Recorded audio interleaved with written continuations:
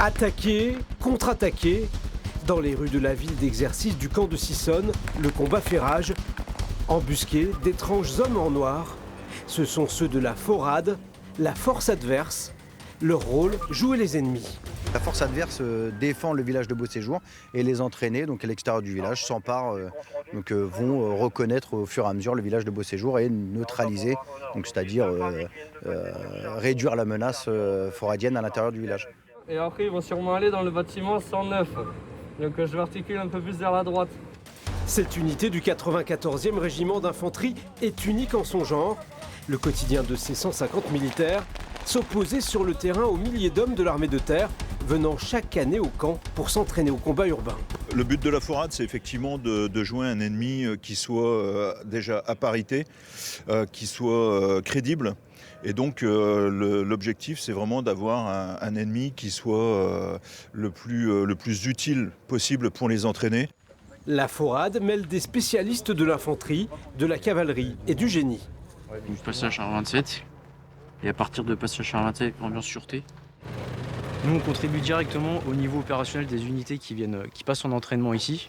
On a une mission qui est extrêmement importante et ça, tous les hommes, tous les soldats de la compagnie le savent et se donnent justement pour être toujours au meilleur niveau pour que nos camarades des unités entraînées puissent s'entraîner au maximum.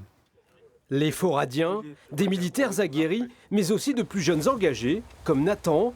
Loin des opérations extérieures, il a choisi cette mission particulière. Il faut en permanence s'adapter aux situations, il faut pouvoir comprendre ce que l'ennemi recherche, ce que les régiments veulent développer. C'est pas frustrant, au contraire, c'est quelque chose de positif. On se dit qu'on est là pour aider l'armée à se développer, donc c'est quelque chose d'agréable.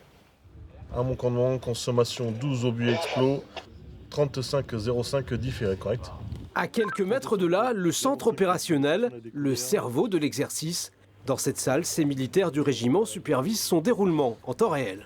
On attend qu'ils relancent les entraînés. Ils ont un peu buté sur la Forade. Et là, on attend qu'ils relancent. Donc là, ils préparent les tirs. Ainsi, Charlie 2 reçu et 7-1 XL, ça fait une économie de potard. Merci. Chaque manœuvre dure 4 jours non-stop. Sur leurs écrans, ces militaires suivent les centaines de soldats et de véhicules sur le terrain.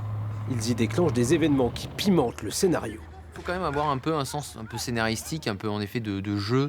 Il faut avoir un peu ce sens-là pour que ça fonctionne. Maintenant, il faut quand même aussi régulièrement s'en référer à ce qui se fait vraiment. On a des opérations et des théâtres de guerre actuellement qui, pour nous, sont des mines d'expérience et sur lesquelles on se raccroche pour essayer de faire que nos entraînements soient le plus réalistes possible. Les actions sont ensuite débriefées, une note attribuée aux unités entraînées. Ce site à la pointe de la simulation prépare l'armée de terre à un enjeu majeur des guerres modernes. La zone urbaine reste quand même un élément caractéristique particulièrement important pour l'ennemi et pour nous, pour s'en emparer, parce qu'il y a la population, parce que c'est là où va y avoir les centres médicaux, va y avoir les centres sociaux, va y avoir les centres médiatiques, et tout ça en fait va concourir au fait que c'est vraiment important de s'emparer des villes. Dans les années à venir, le régiment envisage d'augmenter le nombre de combattants de sa force adverse afin de pouvoir entraîner des unités encore plus nombreuses et s'adapter au contexte mondial.